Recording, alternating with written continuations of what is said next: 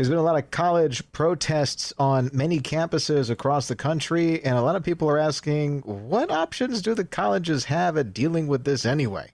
Joining us on 710 KURV, and what's at stake, too, if they do decide to go down one path or the other. Joining us on 710 KURV, he is an expert on branding and trust. His name is Scott Baradell. He's at ideagrove.com, and he joins us now. So as far as these protests go, what are the elements that the colleges are grappling with right now?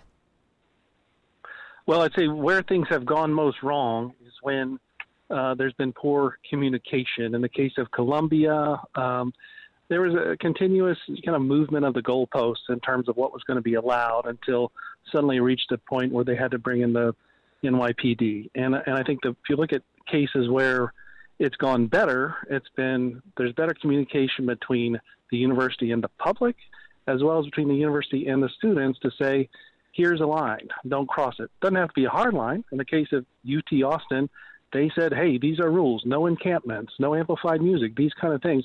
And when there was a violation of those things, they stepped in and they diffused the situation on the front end much better than, say, Columbia did.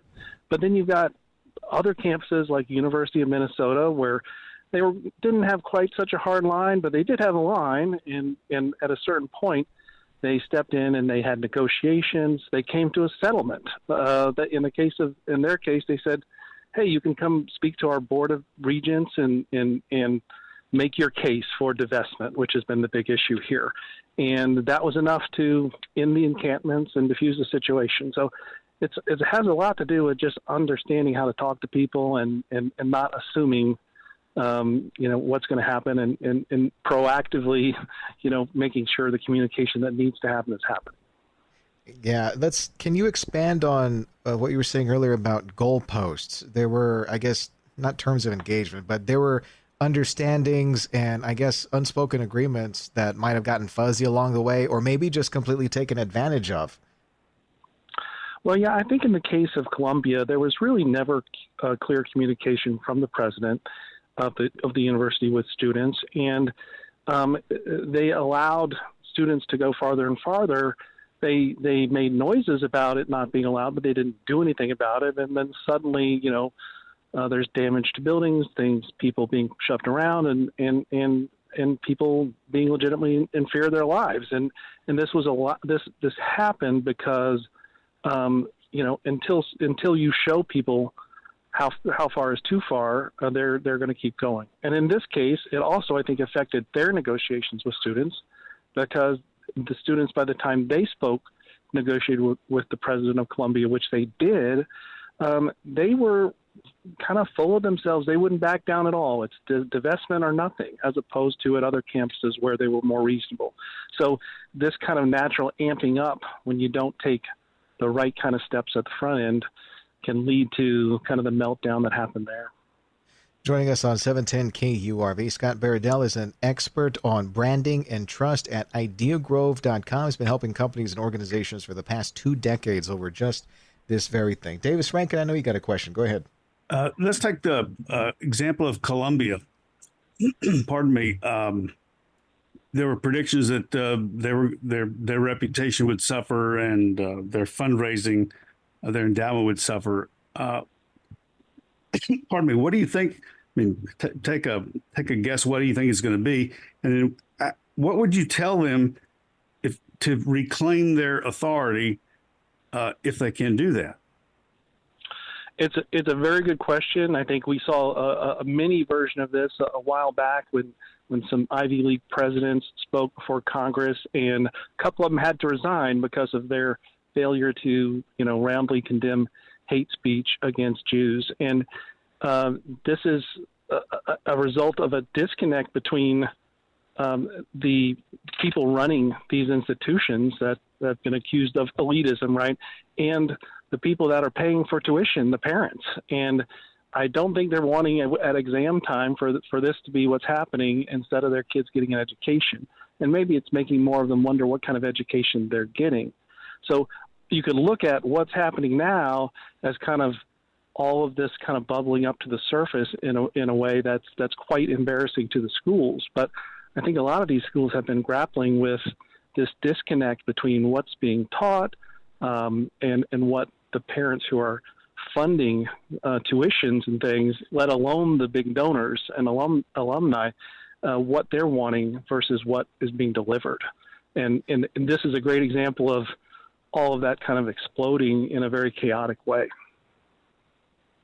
How would they fix it? It seems to me this was revelatory about what, like a building that looks really great on the outside, and then you somehow have to pull off a part of a wall and discover that the termites have gotten in there. And it seems to me I don't know how they're going to fix this, what I'm trying to say. Yeah, I mean, I think some universities will have a better opportunity than others, but I think that in terms of endowments, you got to know where your bread is buttered, and so I do think that when Harvard lost some big donors after what happened with its former president, and they've taken action as a result. They've made some statements that are more moderate, I guess I would say, or more working to kind of build some connections back. But it's a long process, and I think they're going to have to start. What I tell brands is, these days you can't please everybody, but you do have to please your customer, and you have to know who they are. So, for example, if your customers, if you're selling Bud Light, you might want to think about whether having a spokesperson who's transgender is going to set off the kind of firestorm that it did. And then, of course, it led to that brand going in all kinds of different directions, which ended up ticking everybody off.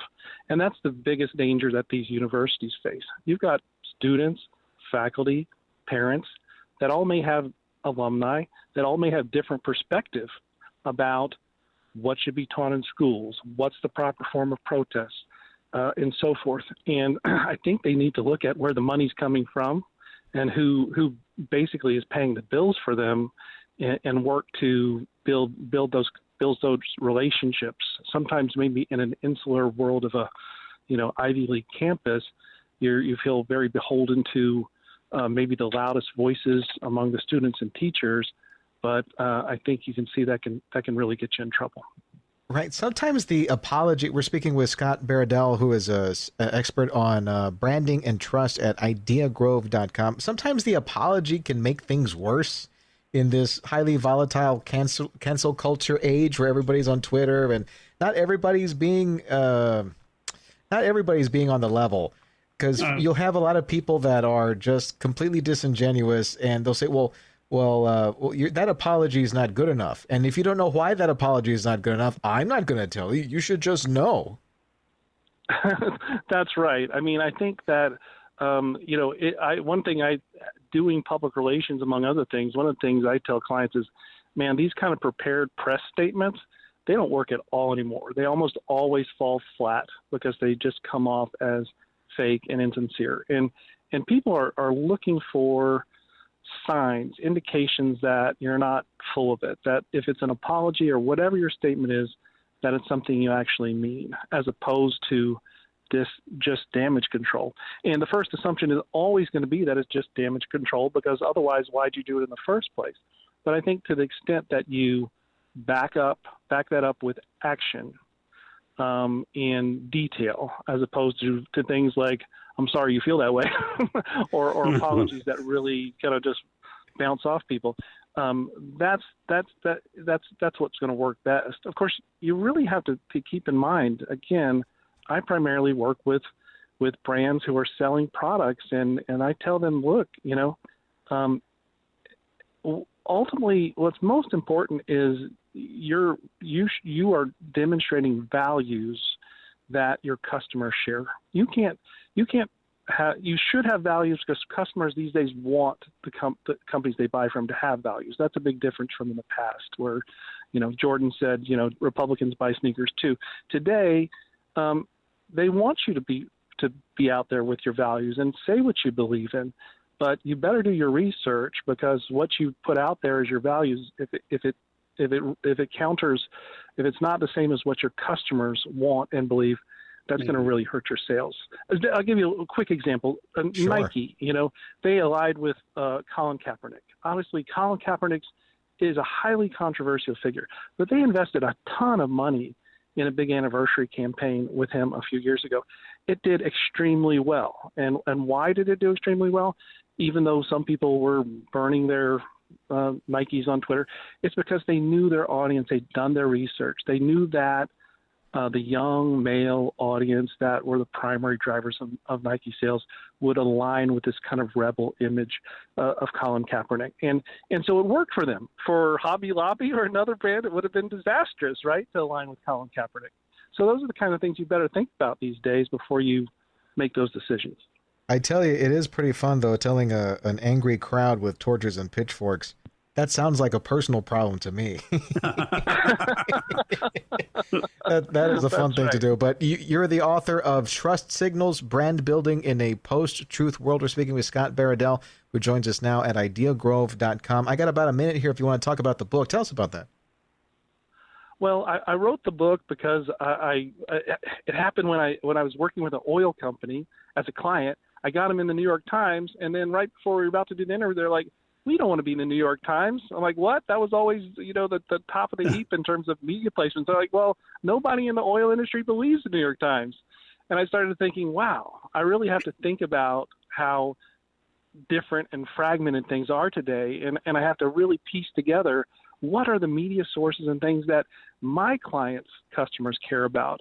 I can't assume that because it's mainstream media, everyone's going to care about them or believe them. And that's what kind of led me to this idea of figuring out how to get trust for brands in what I describe as the post-truth world, which is everybody has their own set of beliefs and they go down their rabbit holes and it makes them harden those beliefs. And you've got to appeal to that today. You can't assume that you can appeal to everybody because you just can't. Thanks a lot for spending some time with us this afternoon. Scott Baradell is an expert on branding and trust at ideagrove.com.